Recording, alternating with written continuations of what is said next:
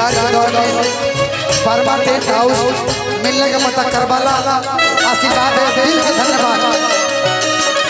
कैसा सिला दिया ये वफा, कैसा सिला दिया वफा का, कैसा सिला दिया।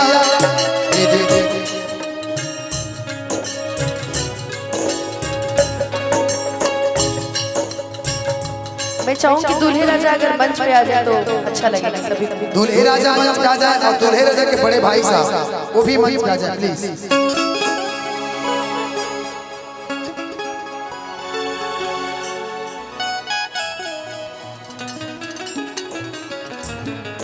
जिंदगी बन गई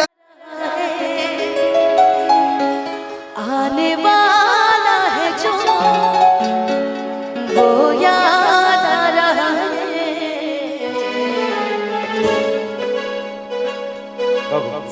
अनुपमा जी इस गाने से पहले दूल्हे के भाई भैया को बुला लीजिए ना, बोलिए कि आप आ जाए। तेरी दुल्हन तुझको पुकारे आजा, आकर मेरे हाथों मेहंदी तू ही रचा जा, आजा आजा मेरी जिंदगी मेरा प्यार यार तोरा में दिया के अजोरा में। तई कहा तरी कि ना राजा जी आज भर बस थोड़ा बर्दाश्त कर ली, कहे कि हमरा घर के बड़ बुजुर्ग सिखैला खलो कि आज तारा बाबा के मान बा, तब बस आज भर अपना दिल के मना ली, अब बर्दाश्त कर ली। रोसवा किया जाए त लइको वियोग में का कहता वियोग में वाह अरे दियो मुड़िए से बोल के वाह वाह अंगुरिए से बोल के प्यार दे दो प्यारी हो।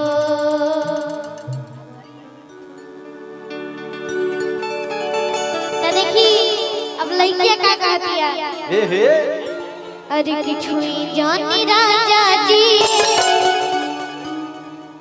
कि छुई जानी राजा जी, अरे कि बाबा के मान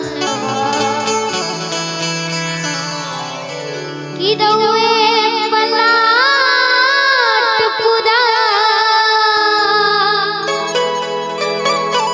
कि हई रउए मकान हो कि रउए पलाट पूरा कि हई रउए मकान हो।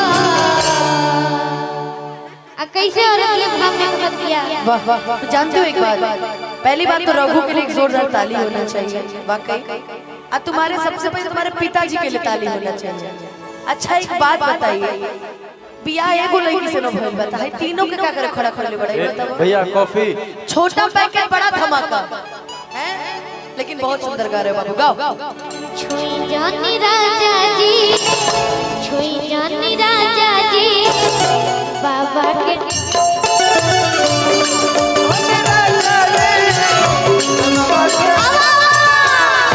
छुई जानी राजा जी, बाबा के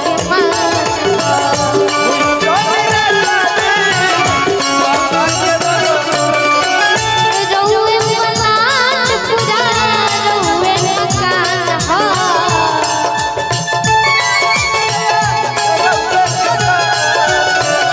रउए पलाट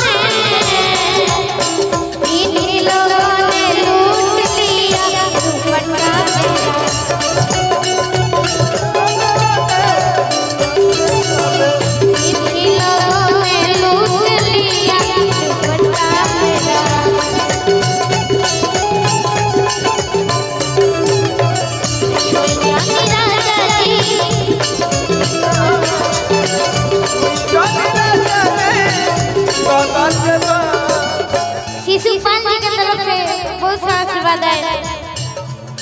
आगे लड़कियां का कहतिया गोलू भैया एक दिन खातिर पिया गोली कपूर जी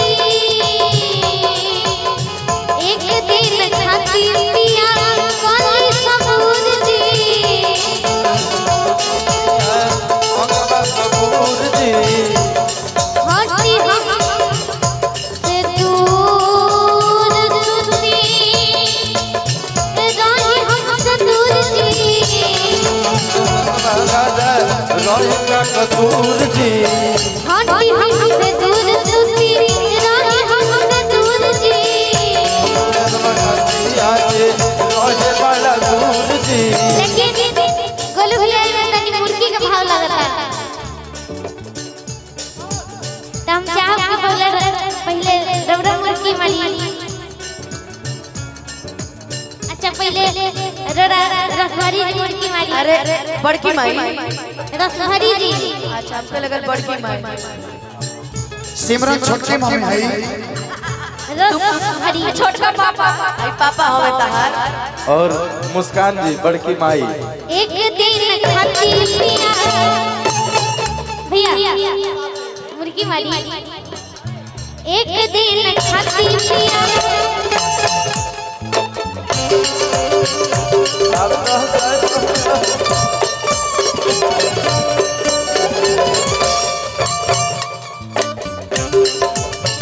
अच्छा अच्छा लगा अब तनी रौड़ा आ जाए। सिमरन मम्मी चलो सिमरन मम्मी मम्मी आई है पापा धनंजय पापा एक दिन खातिर पिया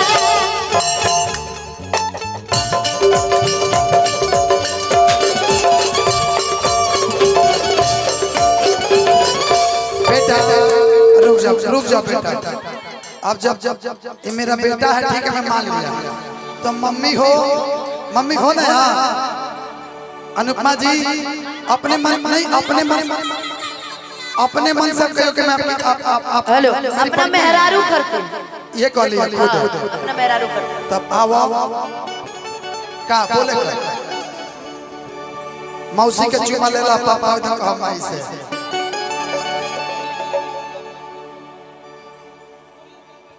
बहुत ज्यादा आशीर्वाद हमारा डीजे मिट्टू भैया जी की तरफ से अरे बाबू बिट्टू मौसा मौसी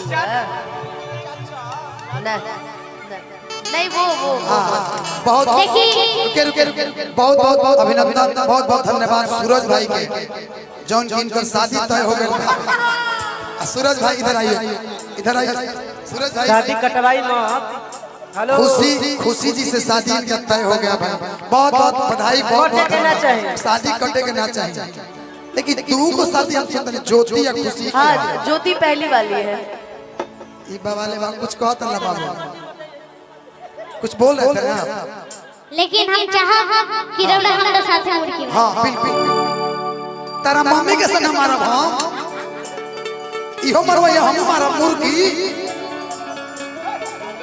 हम चाहब कि धनंजय भैया जी बड़े भैया ना ए बेटा भैया मत कहो इस टाइम पापा पापा धनंजय पापा जी हाँ जियो बेटा रौड़ा मुर्गी मारी हमरा साथे। ये दोनों माई बाबू मिल के लइकवा के गावे नहीं खीदे गावे तो एक दिन खातिर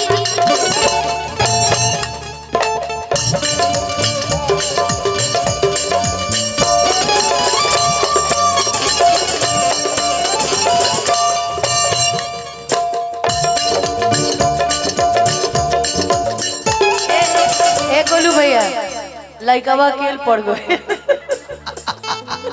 ऐसे मत करा यार ऐसे मत करो बेचारा इसने साबित कर दिया कि अकेले काफी है। अब माई बाप के झगड़े में बेटा क्या करेगा भाई ना बताओ माई बाबू के लड़ाई में लइकवा छटक गइल। बेटा तुम साइड में रहो मम्मी के संगे संगे मौसियो चल गई। गाओ गाओ गाओ बाबू गाओ डिस्टर्ब आदमी है सब गाओ। एक दिन खातिर पिया कोली सबूर जी